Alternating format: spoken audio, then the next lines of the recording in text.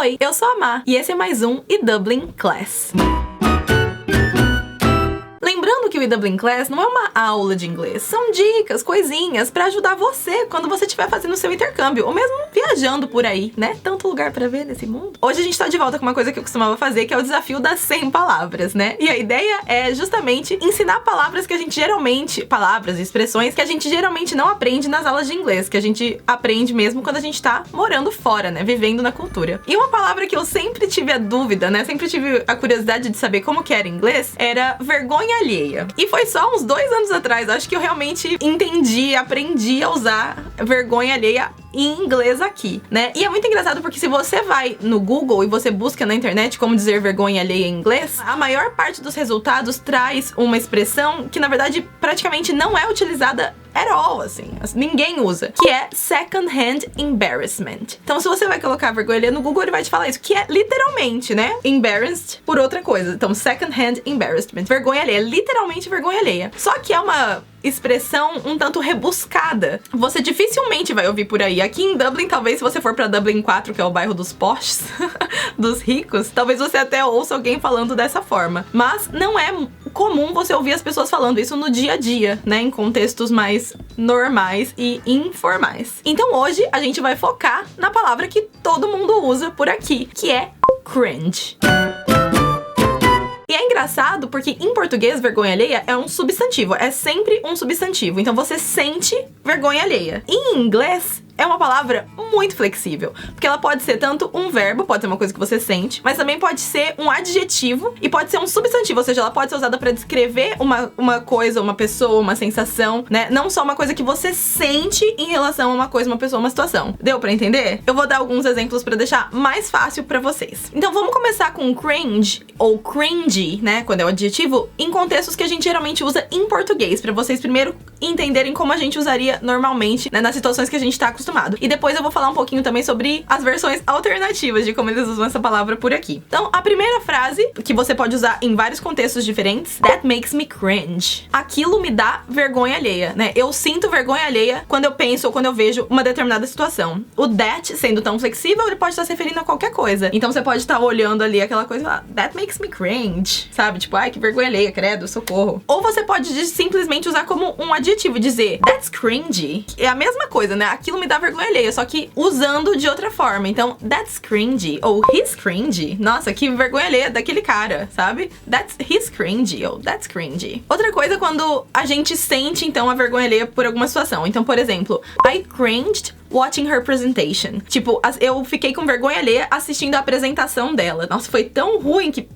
vergonha alheia. I cringed watching her presentation. Então, é usado como verbo nesse contexto, né? Eu senti vergonha alheia. Sentir vergonha alheia?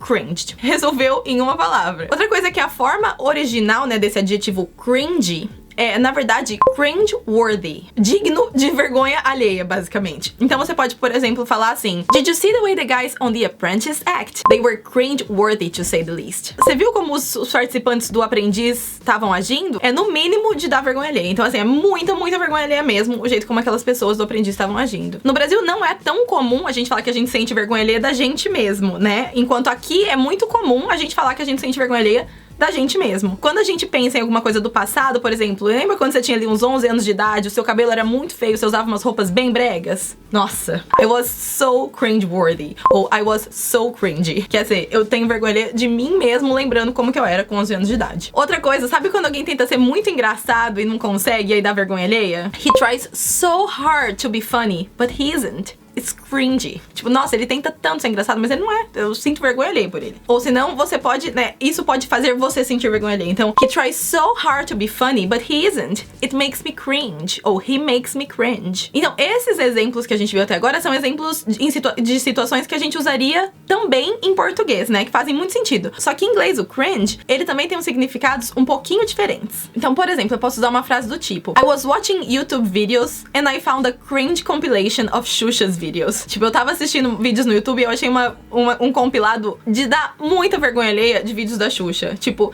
então eu vou usar cringe pra descrever esse compilado de vídeos, né? I found a cringe compilation of Xuxa's videos. E você também pode usar de um jeito pra descrever uma pessoa. Então, é um adjetivo que vai definir essa pessoa.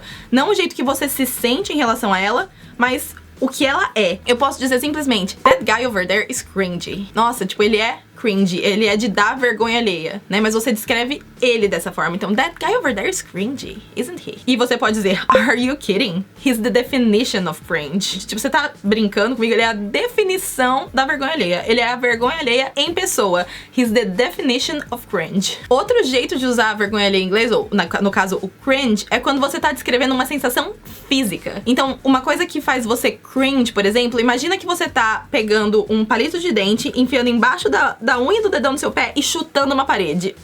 Sabe esse sentimento que te dá? É tipo a agonia que te dá de pensar nessa coisa. Então, se você pensa nisso, it makes you cringe. It makes me cringe. Nossa, me dá agonia. It makes me cringe. Então, não é a sensação da dor em si, mas é a sensação da agonia que dá de imaginar aquilo acontecendo. Deu pra entender? Então, o fato, minhas lindezas, é que aqui na Irlanda, vergonha alheia é super flexível e vai atingir níveis inimagináveis. Então, assim, é um verbo muito legal de saber falar, porque aqui as pessoas usam muito na internet, inclusive, né? Uma palavra que é usada até pra falar de coisas que você não gosta. Você pode, se você falar it's cringy, pode falar que é simplesmente uma coisa que você não gosta, né? Então, hoje em dia, a palavra, além de tudo, ela adquiriu significados diferentes. Então, é uma palavra flexível, muito usada, e é muito engraçado também por causa dos contextos em que a gente usa. Então tá aí, vergonha alheia em inglês pra vocês. Espero que vocês tenham gostado desse vídeo, que tenha dado pra aprender uma coisa nova. Não esqueçam de deixar aqui nos comentários o que mais vocês querem ver aqui, tanto no Dublin Class quanto no Como Não Amar, que tipo de tema vocês querem que eu aborde. Me conta se vocês já conheciam essa palavra, essa expressão, né? Se vocês tiverem exemplos de situação de frases pra usar com cringe, deixem aqui nos comentários também. E a gente se vê na próxima. Um beijinho, tchau!